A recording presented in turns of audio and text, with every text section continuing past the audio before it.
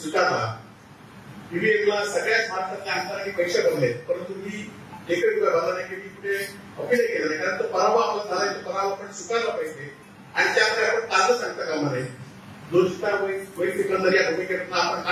या प्रकरणी लोणावळा पोलिसांनी या महाविद्यालयीन विद्यार्थ्यांना समज दिली. आपल्याला पुढे काम करायचं आहे आणि पुन्हा एकदा मी स्वतःचा आमदार असेल किंवा मला आमदार म्हणा असं मला कधी म्हणणं नव्हतं. आणि म्हणून आपण सांगितल्याप्रमाणे माझ्या पहिल्याच दिवशी माझ्या गणपती ऑफिसच्या बोर्डावर आमदारचं फोटो काढला, माझ्या गाडीवरचा काढला. आणि त्यामुळे तुम्हाला एक कल्पनी सगळ्यांना विनंती आहे की मला आता कोणी वैभवनाईक म्हणून हात मारा, नाईक साहेब म्हणून हात मारा, साहेब म्हणून हात करा, परंतु आता आम्ही आमदार नाही, त्यामुळे मला आमदार म्हणून हात करू नका. पुन्हा आपण एका ताकदीने निवडून येऊ, तेव्हा मात्र आपण संघर्षाची मोठी असतात, चढ उतार येत असतात आणि आपण काय आपल्या नावावर किळा लावून आलो नाही की हे पद मला 40 रुपये मिळालं पाहिजे, असं पण नसतं. आज अनेक लोक सांगतील मी सेक्रेटरी रेट आहे आणि माझं म्हणणं मी आपल्याच्या पत्राद्वारे आपल्या सगळ्यांकडे पोहोचवलं आहे.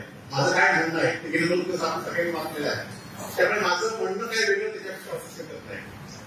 आणि त्यामुळे येणाऱ्या काळामध्ये आपल्याबद्दल अनेक लोक सांगतील की आम्ही साहेब तुमच्या शेवटपर्यंत आहोत. काही लोक शेवटपर्यंत थांबतील, काही लोक गळतील, हे तुला आम्हाला माहिती आहे.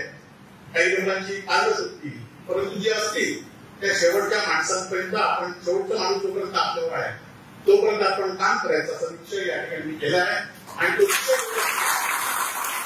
लोकशाहीमध्ये एखाद्या कार्यकर्त्याच्या विरोधात आपल्या विरोधात काम केलं कोणाला त्रास देईल तर त्याच्यावर आम्ही जास्त उतरण्यास कमी करणार नाही.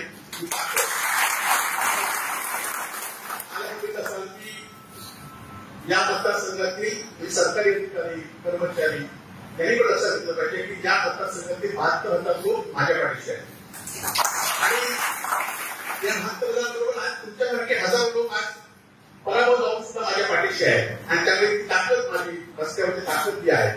आणि जर कोणी कोणाला उगाच त्रास देण्याचा प्रयत्न केला तर निश्चितपणे ही ताकद आपण रस्त्यावर उतरून त्याला न्याय द्यायचं स्वस्त असणारे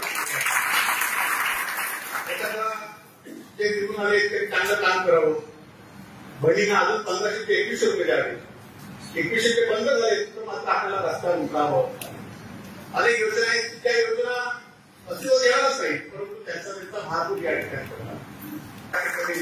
आपल्याला द्या आज आमदारकी नसल्यामुळे खरं तर अनेक लोकांना वाटतं की आमदारकी नसल्यामुळे काय म्हणजे जीवनात आमदार. खरं तर मी आमदारकी गेल्या 6 वर्षामध्ये मिरवण्यासाठी घेतच नव्हतं. मी कधी आमदार माझ्या स्वतःच्या स्वार्थासाठी कधी वापरलंच नव्हतं आणि त्यामुळे जे आमदार असेल ते आपल्यासाठीच